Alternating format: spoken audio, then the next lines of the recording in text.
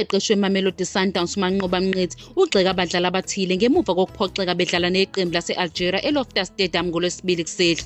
Leli qembu lithwale kanzima ukuze lidlule endaweni yokuzivikela lagcina liphume nephuzu elilodwa nje vo emdlalweni walo wokuqala wesigaba samaqoqo eCAF Champions League.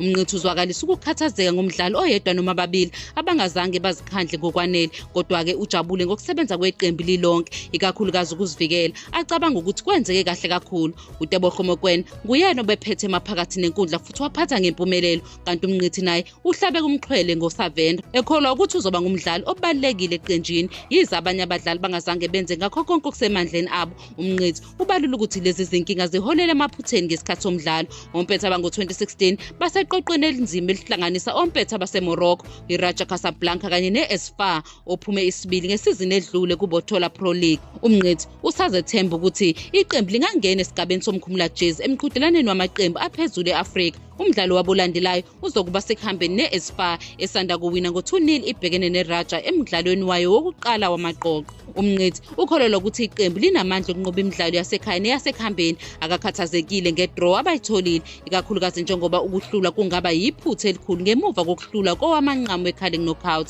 Ubuvumile ubunzima iqembu elibhekane nabo, okubalwa izinguquko eqenjini elizoqala imidlalo nenani lemidlalo edlaliwe. uMnqithi ubona sengathi uma kubhekwa lezi zici iqembu belingaba namandla. Ucabanga ukuthi abadlali benze kahle, kodwa badinga ukuthatha izinqumo ezingcono futhi basebenzisa amathuba okushaya amagoli, ikakhulukazi lapho benabadlali ababili bebhekene nomdlalo wasemuva yedwa futhi bengakhahleli emapaleni. Nangaphezu kokukhungatheka okuthize, ubona izinto eziningi ezinhle esimeni sabo esingagculisi.